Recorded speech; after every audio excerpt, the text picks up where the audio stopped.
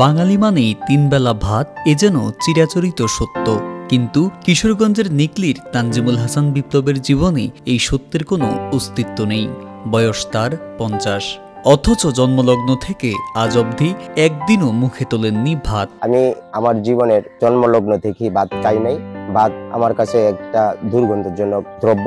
আমার মা বাবা ছোটবেলা থেকেই আমার এই ভাত খাওয়ানোর জন্য খুবই চেষ্টা করেছে, কিন্তু আমার কাছে দুর্গন্ধজনক কারণে আমি খাইতে পারি নাই। আমি যখন আস্তে আস্তে বড় হওয়ার পরে আমি নিজেও চেষ্টা করি, কিন্তু এটার গন্ধটা আমি নিতে পারি না। এই ভাতের গন্ধ আমার কাছে দুর্গন্ধজনক। ভাতের গন্ধ নিলেই আমি আর বমি হয়, যার ধরুন আজকে পর্যন্ত আমি ভাতের গন্ধটা নিতে পারিনি। দাওয়াত, আতিথেয়তার সব জায়গাতেই তার জন্য করতে হয় আলাদা ব্যবস্থা। বিয়ের পর স্ত্রী প্রথমে বিরক্ত হলেও এখন মানিয়ে নিয়েছেন তিনি। আলহামদুলিল্লাহ, আমার 4 জন বাচ্চা আছে, তারা অবশ্য ভাত খায়। আমার স্ত্রীও ওদেরকে নিয়ে সুন্দর সুখে স্বাচ্ছন্দ্য বোধ করতেছে। অবাক করা বিষয়, 45-50 বছর ধরে ভাত না খেলেও বিপ্লব নিজেকে একেবারে সুস্থ মনে করেন। আমি স্বাভাবিক মতেই সুস্থ আছি। আমি অনেক সময় ডাক্তারদের সাথে পরামর্শ করি কিংবা পরীক্ষা নিরীক্ষা করি, কিন্তু আমার অসুস্থতা বলতে বেশি একটা হয় না।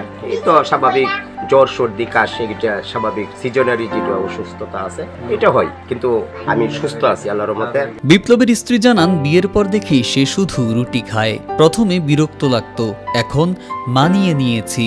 এটাতে একটু সমস্যা হয়, আমার মানায় নিতে হয়, সময়টা বেশি লাগে। মানে বাচ্চাদের জন্য রান্না করতে হয়, আমার নিজের জন্য করতে হয়, আবার ওর জন্য আলাদা রান্না করতে হয়, তরকারি সহকারে আলাদা রান্না করতে হয়। অনেক বেশিরভাগ সবজি ও খাই না। আমি যেটা শুনছি ছোটবেলা থেকে নাকি সব ধরনের সবজি খাইতে পারে না, এরপরে মানে যে সবজিটি খা এটি এলাকা আলাদা রান্না করতে হয়।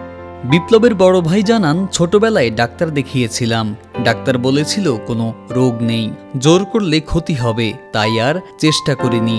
আমার ছোট ভাই 50 বছর যাবৎ তার জন্ম, উনি তো ভাত খায় 50 বছর যাবৎ, শুধু একমাত্র রুটি, কলা, তরি তরকারি এগুলো খায়।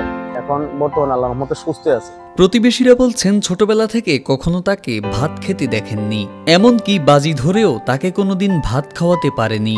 অনেক সময় ভাত খাইয়ে দূর করে দিলে তার করছে, এই হয়তো ডায়রিয়ার মতন হয়ে গেছে, অসুখ বিসুখ হয়ে গেছে, যার ফলে শেষ পর্যন্ত ওরা এটা বাদ দিচ্ছে যে না খাইলে আর কি করা যাবে, এই রুটি, চিরা, এই ধরনের জিনিসপত্র খায় আর কি।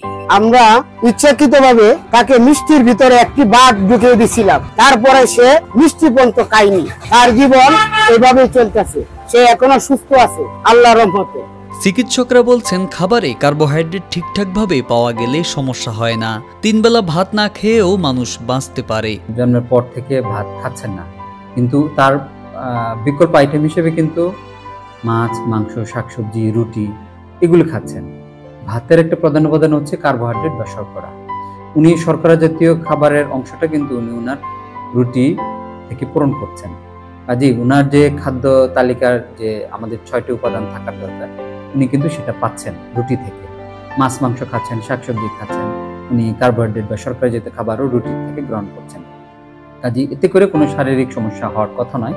বিশ্বের অনেক দেশেই যা অনেকে আছেন যারা ভাত না খেয়ে জীবন ধারণ করেন।